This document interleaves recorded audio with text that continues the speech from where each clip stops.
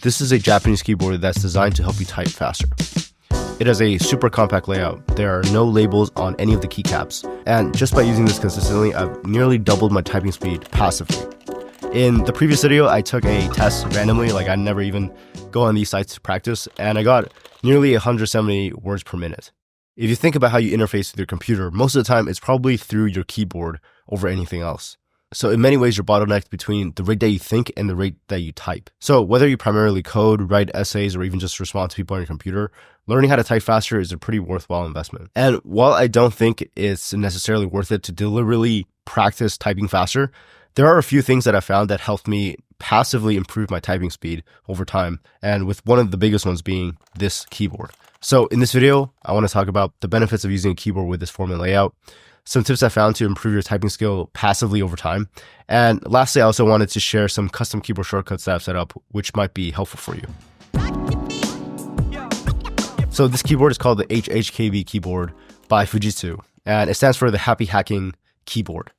It's known for this compact shape and is super popular among programmers. I've used a Happy Hacking blank keyboard for over 10 years now, and I actually have both the colors in white and black. It was originally designed by a Japanese professor in the 90s, and he wanted to optimize specifically for typing speed and ergonomics. So he went about designing a keyboard that minimized hand movements with the goal of helping people type faster. So a lot of keys that you might typically see on a keyboard were removed, and this layout is also called the 60% layout because only 60% of the keys are there compared to a regular keyboard. And all the other keys like the up, down, left, right buttons are accessed through the function row. Since then, a bunch of other companies have also copied this layout because of how popular it is. And so there's a bunch of other designs.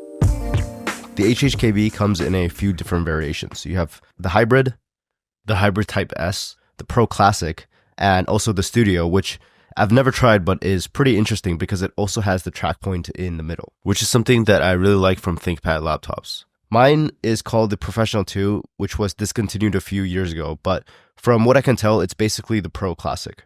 The keycaps are made from something called PBD plastics, which are super durable. Even after 10 years of owning and using this keyboard, it really hasn't degraded at all, so it's easily been worth it. All of the Happy Hacking keyboards, except for the Studio, use a special type of switches called Topper switches, which sound and feel really nice.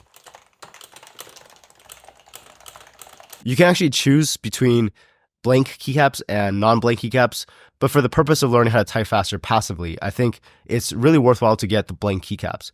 In the beginning, there might be some friction before you learn how to actually use the keyboard without looking at it, but within a couple of weeks, you'll be pretty used to it, and it's also pretty cool because nobody else can really use your keyboard at your computer. Some things on this keyboard definitely take some time to get used to, like, for example, learning how to use the arrow keys, knowing where the buttons are to adjust the volume of your computer, and even the caps lock and control keys have to be changed. So I'll talk a little bit more about the keyboard shortcuts and the things I've set up at the end of the video. Personally, I think this keyboard is super fun, and I really like the feel and tactile aspect of it. Similar to getting a pen that you really like so that you will journal more, having a keyboard that you really like makes it more fun to code or write on the computer. After getting used to this layout, I've also remapped the default laptop keyboard to be a similar layout, which I'll show you how to do at the end of the video. Alright, so now I want to share some tips I've learned to kind of passively get better with typing over time. And it doesn't necessarily have to be with this keyboard. Some of the things I figured out with learning how to type faster actually come from my experience with playing instruments. The first thing is to try to move your fingers as little as possible. When you look at the fastest piano players or the fastest guitar players, you'll notice that typically it looks completely effortless, and their hands move as little as possible. The reason for that is because the more that you excessively move your fingers, the harder it is to play faster. And it's really a similar thing with the keyboard. For a standard keyboard layout, the most efficient place you want your hands to be is on the F and J keys. On the Happy Hacking keyboard, you can see that there are grooves so that you can feel where the keys are, which is really convenient. For me, my hands never float above the keyboard, and they always reset back to this position whenever I'm done typing. For every key on the keyboard, you want to use the finger that has the least amount of movement from where the starting position is. With a keyboard designed like this, they've made it so that you can even access the function and arrow keys easily without moving your hands too much. So the arrow keys are actually hidden between these 4 keys, and you hold this function key in order to use them. This keyboard layout is definitely not ideal for gaming if you do anything like that, but for things like writing essays or coding, this is probably the most optimal layout. The second tip is to type without looking at your hands. If you can get blank keycaps, that's probably the best choice because you have no other option than to learn what the keys are. But even if you don't want to use a blank keyboard, it's really worthwhile to get in the habit of typing without ever looking at your hands. I think a lot of people stop after they learn how to type words without looking at the keyboard, but it's also really worth it to learn where all the function keys and all the symbols are without looking at the keyboard. At one point, I even taped up my Mac keycaps so that I could have blank keycaps on the go. The third tip is to practice using the computer without using the mouse. The more you let go of using the mouse, the more comfortable you'll be with keyboard shortcuts and navigating the computer quickly. I've talked about this before in the video I made where I talk about how I set up my Mac for productivity, but generally I try to use my keyboard over my mouse as much as possible. In most apps, there are already inbuilt keyboard shortcuts that you can learn how to use.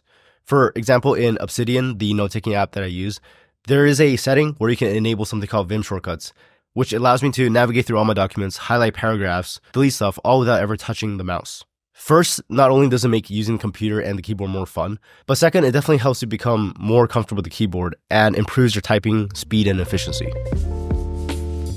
All right, but now I want to share some of the keyboard shortcuts I've set up to improve the efficiency with my computer. Most of the apps that you use probably already have keyboard shortcuts that you can look up and learn, but you can also set up your own keyboard shortcuts either natively through your operating system or with another application. So I'm going to show you how to do that on Mac. If you go to the keyboard section on your computer, there's actually quite a few things that you can change natively. Probably the biggest impact thing that I've changed is to remap my caps lock into the control key. In my personal experience, I've never found a real use for the caps lock, and that key actually has the best position for the control key. So if you go to keyboard shortcuts, you can change your modifier for the caps lock to be control. And you can even change it for the built-in keyboard on Mac, which is really nice because for keyboard shortcuts or navigating between different tabs, I don't have to move my pinky down. Another thing that's useful for keyboard shortcuts is text replacements. So on Mac, you can set custom text replacements where if you type a symbol or word, it can expand to a sentence or an emoji. If there's any phrase you type often or even a symbol that you often use, you can set up a custom acronym to use it. This is especially useful if you have phrases, URLs, or emojis that you use often. Like for example, I've set it up so that I can type my whole email with just 2 symbols. For emojis that I often use, I've also set it up so that I can type it with just 1 word. For custom keyboard shortcuts, you can check out this app called Better Touch Tool, which allows you to remap any keyboard shortcut to do pretty much anything.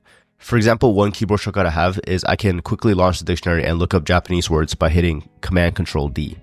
So you can use this app to set up any keyboard shortcuts that make sense for your workflow. If you're interested in how I set up my Mac for productivity, you can check out this video right here.